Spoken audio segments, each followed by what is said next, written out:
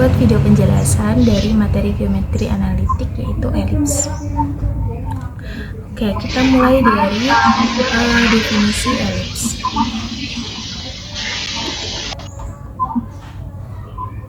Nah, sebentar. Definisi elips. Elips ialah tempat kedudukan titik-titik yang perbandingan jarak ke titik tertentu atau fokus F dan terhadap garis tertentu atau garis direktris D itu tetap, yaitu sama dengan E, dan E itu kurang dari 1. E merupakan eksentrisitas. Yang kita bisa lihat dari grafik ini. Nah, F di sini ini yang dinamakan titik fokus.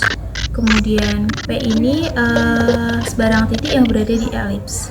Kemudian ada ini garis D. Garis D ini yang kita namakan dengan garis direktris tadi. Nah, sesuai definisi dari elips itu kan perbandingan dari P ke titik fokus dibanding dengan P ke garis direktris ini. Jadi kita bisa peroleh eksentrisitasnya itu jarak titik-titik ke fokus dibagi jarak titik-titik ke direktris. Oke, selanjutnya kita akan belajar istilah-istilah pada elips. Dan di sini pada gambar ini, pada gambar elips ini banyak sekali istilah-istilah yang perlu kita pelajari. Kita akan bedah satu-satu. Pertama ada yang dinamakan dengan fokus. Nah, pada gambar ini yang dinamakan fokus itu F1 dan F2. Kemudian selanjutnya ada yang dinamakan direktris. Seperti yang udah saya jelaskan tadi, direktris itu berarti garis D1 dan D2. Ini yang dinamakan direktrix. Kemudian jika P itu berada pada ini berada pada elips, maka kita bisa peroleh perbandingan dari titik P ke F1 itu sebanding dengan jarak P ke D1 ke sini. Itu sama halnya dengan P ke F2 itu sebanding dengan P ke garis direktris 2 ini. Itu yang dinamakan eksentrisitas seperti definisi dari elips. Selanjutnya ada yang dinamakan puncak elips. Nah, di sini yang berperan sebagai puncak elips itu ada V1, V2, T1 dan juga T2. Nah, V1 dan V2 ini merupakan titik puncak dari sumbu terpanjangnya. Nah, di sini yang berperan sebagai sumbu terpanjang itu V1 ke V2. Karena ini merupakan elips tidur atau elips horizontal seperti itu. Nah, kalau misal ini nanti gambarnya elips vertikal seperti ini, yang menjadi sumbu panjangnya itu T1, T2. Nah, nanti habis ini kita bahas sumbu panjang, sumbu pendek. Nah, ini pusat elips. Nah, di sini yang berperan sebagai pusat elips itu O. Berada di pusat elips, titik tengahnya. Nah, di sini itu dari titik pusat ke V1 atau titik pusat ke V1 itu sama halnya dengan titik pusat ke V2. Jadi panjangnya ini ke sini itu sama. Begitu juga dengan titik pusat ke T2 itu sama dengan titik pusat ke T1. Nah, titik pusat ke T2 itu dinamakan B atau setengah panjang sumbu vertikal. Nah, tadi yang A itu setengah panjang sumbu horizontal. Selain itu juga titik pusat ini ke fokus itu sama dengan titik pusat ke fokus kedua. Ini dinamakan C. Nah, C itu jarak dari titik pusat ke titik fokus, seperti itu. Nah, kita lanjut ke sumbu simetri yang udah seperti yang saya singgung tadi. Dan jadi di sini yang menjadi sumbu simetri itu V1 ke V2, T1 ke T2 ini yang merupakan sumbu simetri dari elips ini. Nah, yang V1 ke V2 ini dinamakan sumbu simetri atau sumbu simetri panjang atau sumbu panjang. Nah, yang T1 ke T2 ini dinamakan sumbu simetri pendek. Seperti itu. Nah, di sini tadi kan kita udah diketahui ya, setengah dari titik pusat ke V1 itu kan dinamakan A. Jadi panjang sumbu simetri panjangnya ya berarti 2A, karena di sini sama di sini itu panjangnya sama halnya dengan T1 dan T2. Itu jadi T1 ke T2 itu sama dengan 2B. Lanjut kita ke tali busur fokus. Nah, di sini gambar di sini dinamakan tali busur itu yang mana sih? Yang dinamakan tali busur di sini itu AB dan CD. Nah, tali busur fokus itu tali busur yang melalui titik fokus. Tali busur elips, tali busur dari elips yang melalui fokus. Misal tali busurnya di sini, fokusnya di sini, berarti dia bukan tali busur fokus karena tidak melalui titik fokus. Nah, kalau tali busur fokus yang tegak lurus sumbu panjang disebut latus rektum. Nah, di sini yang menjadi latus rektumnya AB dan CD. Tali busur yang melalui atau tali busur yang tegak lurus dengan sumbu panjang. Di sini kan yang menjadi sumbu panjang kan V1 V2 ya kan. Nah, jadi yang tegak lurus dengan V1 V2 itu AB dan CD. Misal tali busurnya berada di sini,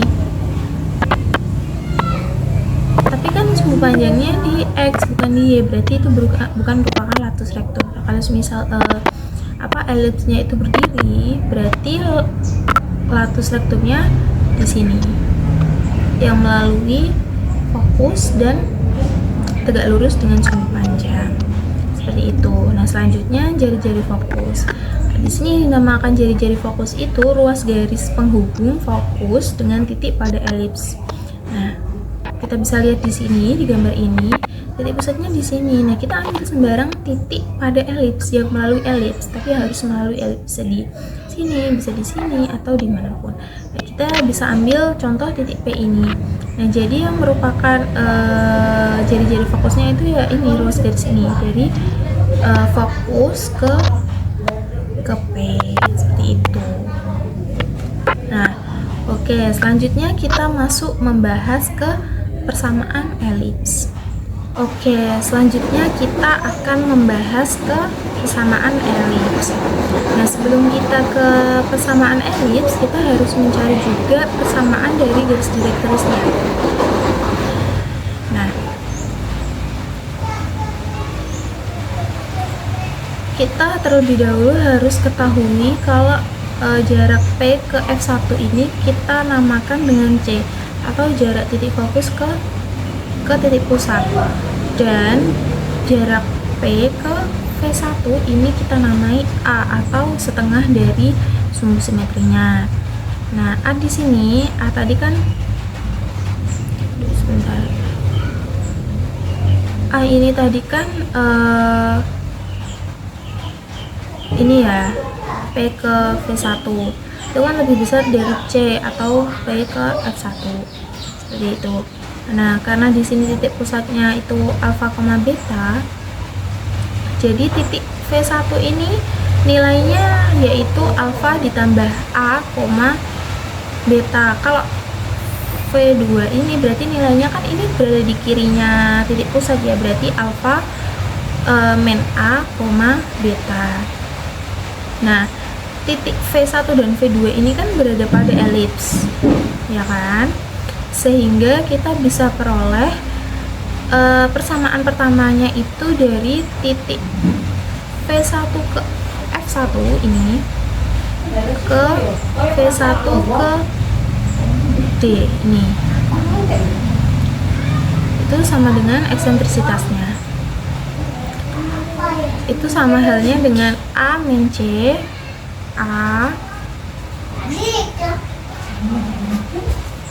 A min C, ya kan, per PD min A sama dengan E. Kita bisa peroleh persamaan pertamanya A kurangi C sama dengan E dikali PD dikurangi A.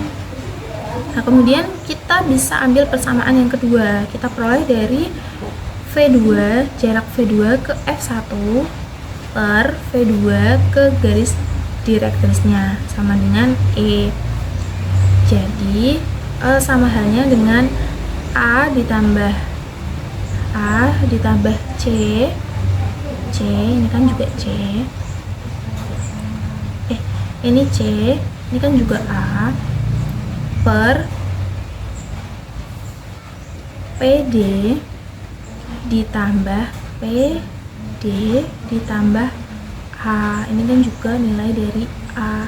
Kita peroleh persamaan keduanya, A plus C sama dengan E dikali PD plus A. Kemudian kita kan tadi udah memperoleh dua persamaan, kemudian kita eliminasi kedua persamaan tersebut dengan cara menjumlahkan. A ditambah A2A min C ditambah C habis, E ditambah E2E, PD ditambah PD 2PD, kita jadikan satu jadi 2EPD, min A ditambah A habis, jadi kita peroleh nilai PD sama dengan A per E. Nah, kenapa kita mengeliminasinya itu C dan A? Karena yang kita mau itu, yang kita cari itu kan persamaan direktrisnya. Jadi yang kita mau itu harus jarak P ke direktrisnya itu tadi. Kita peroleh A per E. Nah, jadi persamaan direktris D1 adalah X sama dengan alfa plus A per E. Alfa ini kita peroleh dari titik pusatnya P tadi, alfa. Terus kemudian ini kan berada di kanannya ya, direktris D1 nya ini. Jadi alfa ditambah A per E, seperti itu. Nah, selanjutnya kita mencari hubungan antara A, B, dan E. A, B, dan E. E itu kan C per A ya kan. Nah, kalau kita lihat ini kan membentuk segitiga siku-siku. Nah, jadi kita bisa gunakan rumus Pitagorasnya. Jadi kita peroleh B kuadrat sama dengan A kuadrat dikali 1 min E kuadrat. Nah, 1 min E kuadrat ini, B kuadrat ini kan tadi bisa kita peroleh dengan rumus Pitagoras. A kuadrat min C kuadrat kan.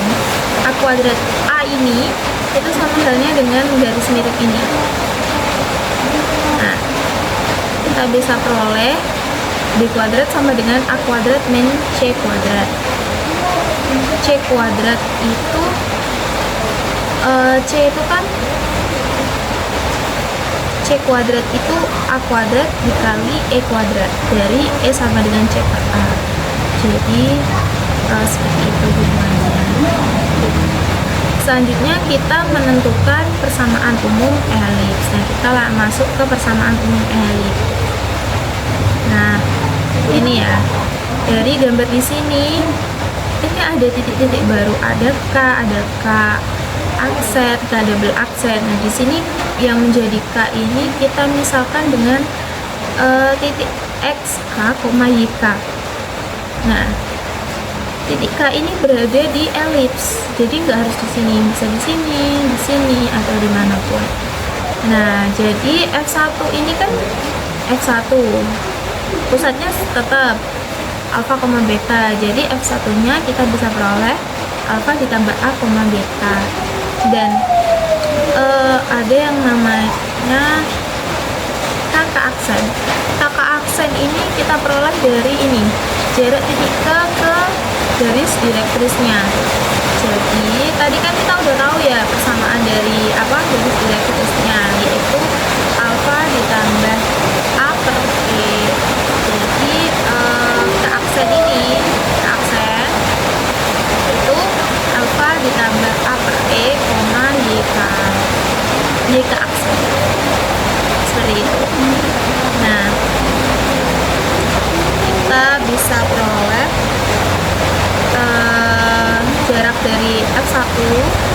ke K per K ke K aksen. Itu sama halnya dengan eksentrisitas. Eksentrisitas tadi kan kita ketahui C per A, berarti F1 ke K banding K ke K aksen itu sama halnya dengan C atau P ke F1 per A atau P ke P1, seperti itu. Nah, kita bisa peroleh F1 K sama dengan eksentrisitas dikali K K aksen. Nah, kemudian kita bisa gunakan rumus titik ke titik dan juga titik ke garis.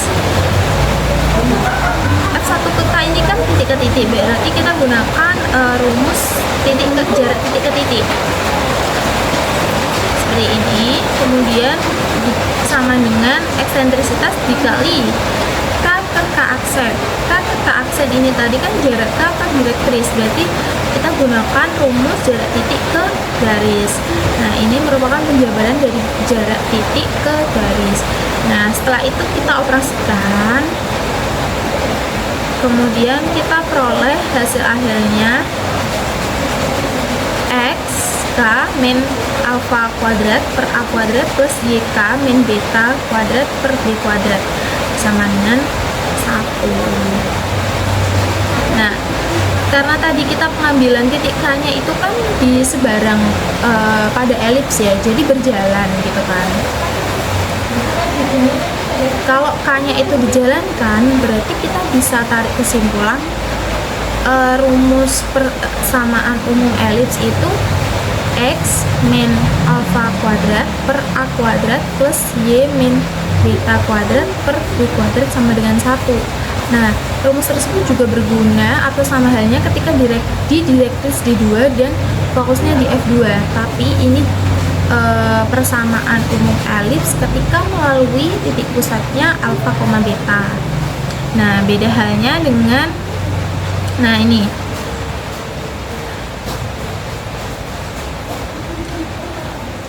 Jadi persamaan umum elips dengan pusat alfa, beta dan sumbu-sumbunya sejajar dengan sumbu-sumbu koordinat dengan A lebih dari B.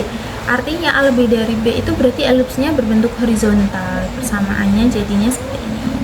X min alfa kuadrat per A kuadrat plus Y min B kuadrat per B kuadrat sama dengan 1. Nah, persamaan tersebut juga berlaku ketika elips bersifat vertikal atau A-nya kurang dari B. Oke, yang terakhir persamaan umum elips dengan pusat P 0,0 dan sumbu-sumbunya sejajar dengan sumbu-sumbu koordinat dengan A lebih dari B, berarti elipsnya horizontal. Itu persamaannya X kuadrat per A kuadrat plus Y kuadrat per B kuadrat sama dengan 1. Nah, ini kan pusatnya di 0,0, berarti alfa, betanya kan 0, jadi persamaannya menjadi seperti itu. Kemudian sama halnya dengan ketika elips vertikal atau A kurang dari B. Nah, terima kasih. Itu saja yang mungkin bisa saya sampaikan. Kurang lebihnya mohon maaf. Wassalamualaikum warahmatullahi wabarakatuh.